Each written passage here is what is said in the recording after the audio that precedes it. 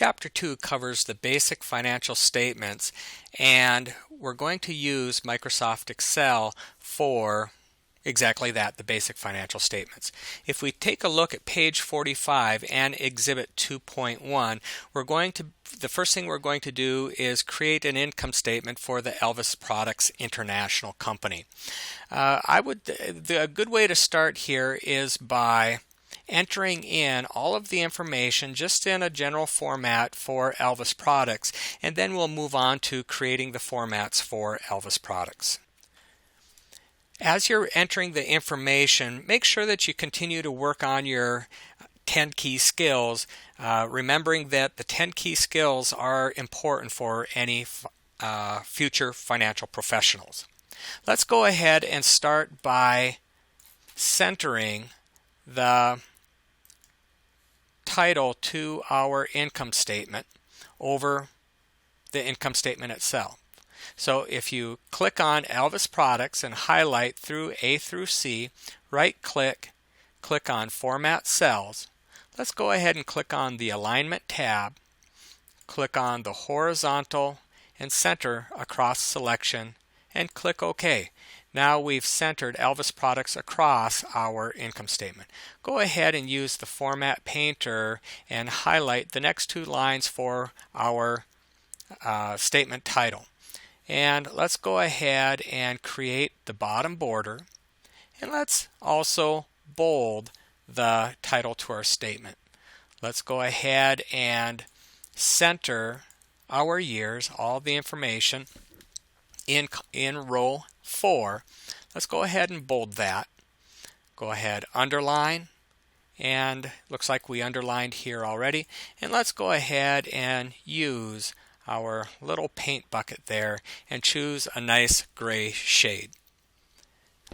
Next then, it looks like all of our numbers here should be comma formatted, and reduce the decimal points to no decimal points. It looks like the gross profit information.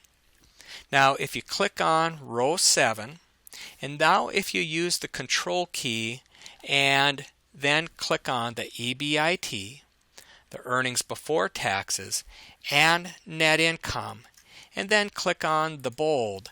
As long as you're holding the control key, it's going to select each one of those items, and then you can bold everything or create a format or do something to all of those selected cells all at the same time.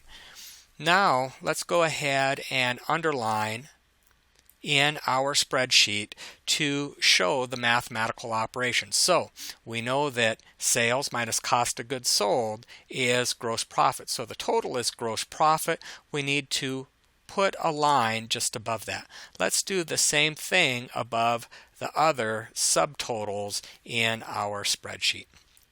Once again, using the control key as you select those items. In addition to that, let's go ahead and double underline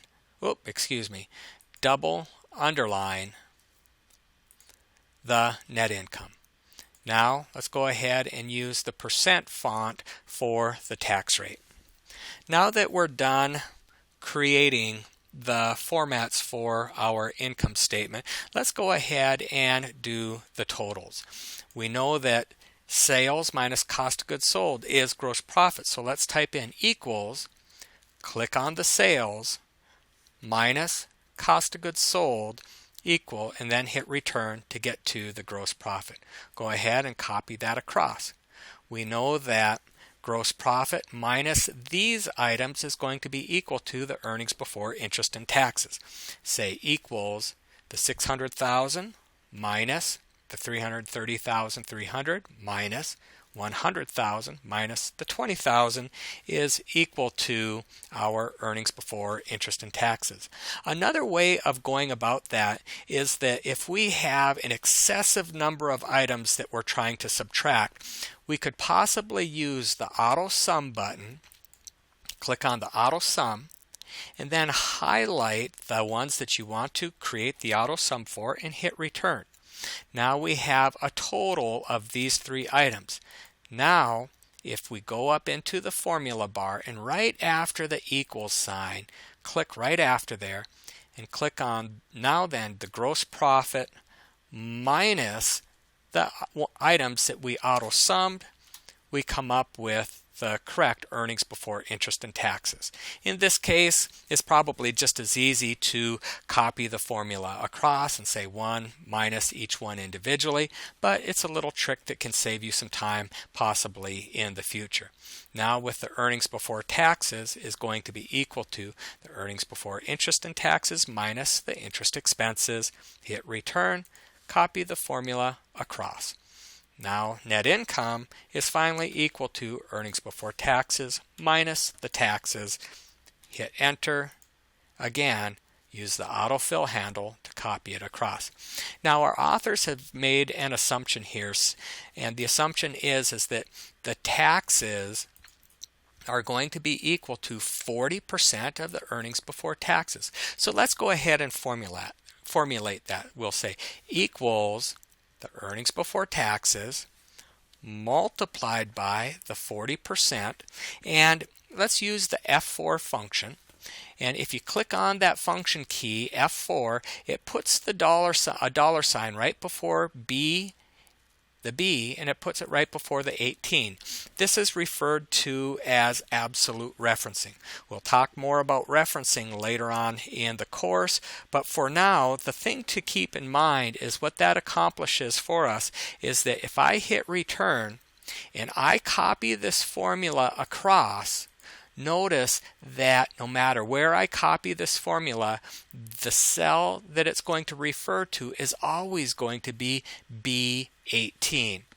Now, what would happen if I didn't have those dollar signs in there? So once again, using the function key, the F4 key, to get rid of those, if I copy that across, and now if I double click, it copied correctly with the earnings before taxes because it's referring to the 2010 earnings before taxes. But it also moved over the cell to this area where there's no information. I want it to always refer to the 40%. So that's where the F4 key comes in handy. Let me also state that when using the F4 key, if it doesn't work on your computer, you may want to look for the F lock button on your keyboard. Oftentimes, if that button isn't pressed, the function keys won't work for you. You press the F lock, that should make the F or the function keys work for you. So look for that F lock button. Okay, now that we've done this for the income statement, let's do the same thing for the balance sheet. Notice that on the balance sheet, my heading, I need to center across selection, but I'm going to be sneaky about it. I think that I'm just going to use the Format Painter from the income statement, click on the balance sheet, and highlight the information that I want to center across, and it's done. That worked so well, I think that I'm going to do the same thing for the years. So Format Painter, pull that off and use it for the years 2010 and 11. However, if I look at the balance sheet that I'm trying to create and duplicate on page 51 here, it looks like I need to left justify the assets. Okay, now that I've left justified the assets, it looks like I need to indent a number of items in the spreadsheet, so cash through inventory. And once again, I'm going to use the control function to select various items that I want to indent. Go down to accounts payable through other current assets, click on long-term debt, and then click on common stock and retained earnings. Now I'm going to indent all of these at the same time, maybe do that a couple times, and it saves me a number of clicks. In addition to that, it looks like I'm supposed to bold the total assets. So once again, I'm going to use the control key. I want to bold total assets. I want to bold liabilities and owner's equity, and I also want to bold total liabilities and owner's equity. So using the function key, I'm able to select those and bold them all at the same time. Now it also looks like our authors want us to italicize everything that is still left justified. So I'm going to select row 4, 8, 11 through 13, 17, 19, 22, and 23, and italicize each one of those items. Now that the next thing it looks like I want to do is use again the comma formatting with no decimal points in this case. Now let's go ahead and put an underline above all of our mathematical operations. So accumulated depreciation looks like net fixed assets. Going down above other current liabilities, above total liabilities, looks like above total shareholder equity and total liabilities and owner's equity. And let's use the single bottom border for those items. And then let's use the double bottom border for the total liabilities and owner's equity. And I know that I'm going through this all very quickly. Certainly, if you need, make sure that you go ahead and pause, hit pause, and work on your spreadsheets at your own speed, and then go ahead and click on play and work back and forth between the two, the demonstration and your own work. Now that we have our balance sheet formatted, let's go ahead and create some formulations. Once again, for total current assets, let's use the auto sum function. But just click it one time. Notice that it's trying to grab the year 2007 as well, or 2011. We don't want it to include the year, so re-identify the range that you're trying to sum and hit return, and copy that over to 2010. And once again, the way that looks, click on Auto Sum, redefine, just click on the range that you want to include and hit return, and the sum pops up. Net fixed assets is going to be equal to the 527 minus the 166,200, hit return, copy that over. Total assets is going to be equal to total current assets plus net fixed assets, hit return, copy that over. Total current liabilities, in this case, if we click on the auto sum, notice that it's identifying the correct range, so you can hit return. Now, if you're really confident that the auto sum is going to work, you can just click it real fast 2 times, boom, it's done like that. Total liabilities is going to be equal to total current liabilities plus long-term debt.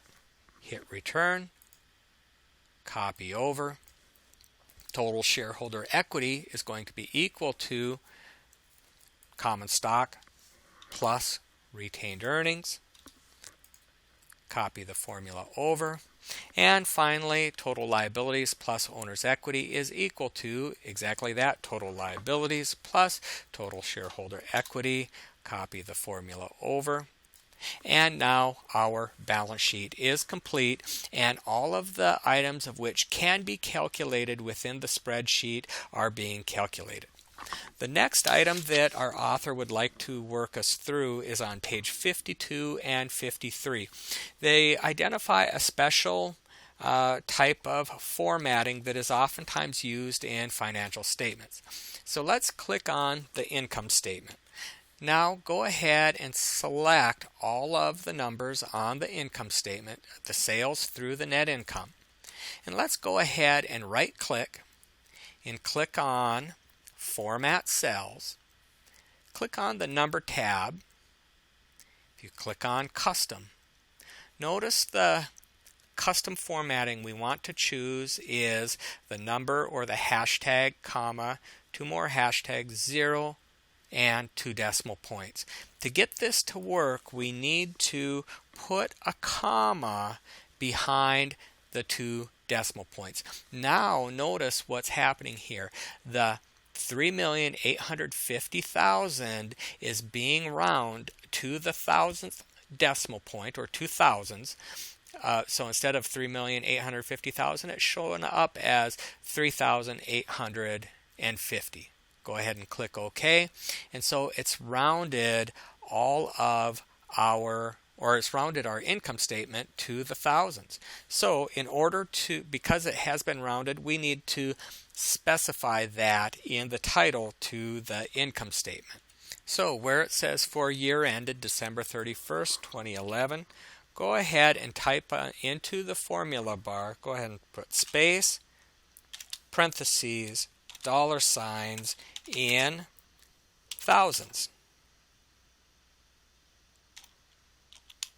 and parentheses. So that's telling us that our income statement is not in actual dollars, that it's being rounded to in thousands. So instead of $3,850, add 3 zeros to that number to get 3,850,000. Let's go ahead and use the same formatting for our balance sheet. Right click, click on Format Cells, click on Custom,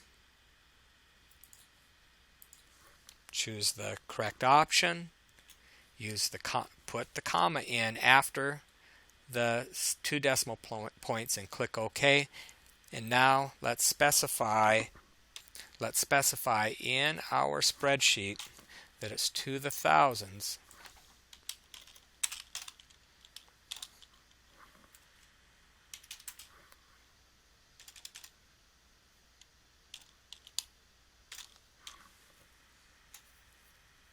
Oh, bear with me.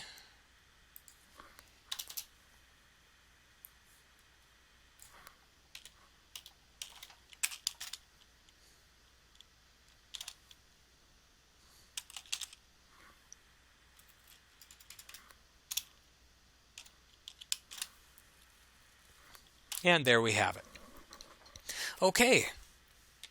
That concludes the calculations for the income statement and the balance sheet, and the formatting of the income statement and the balance sheet. Hopefully, at least the formatting part of it should have been a review. We will continue the rest of the Chapter 2 demonstration problem in the next video.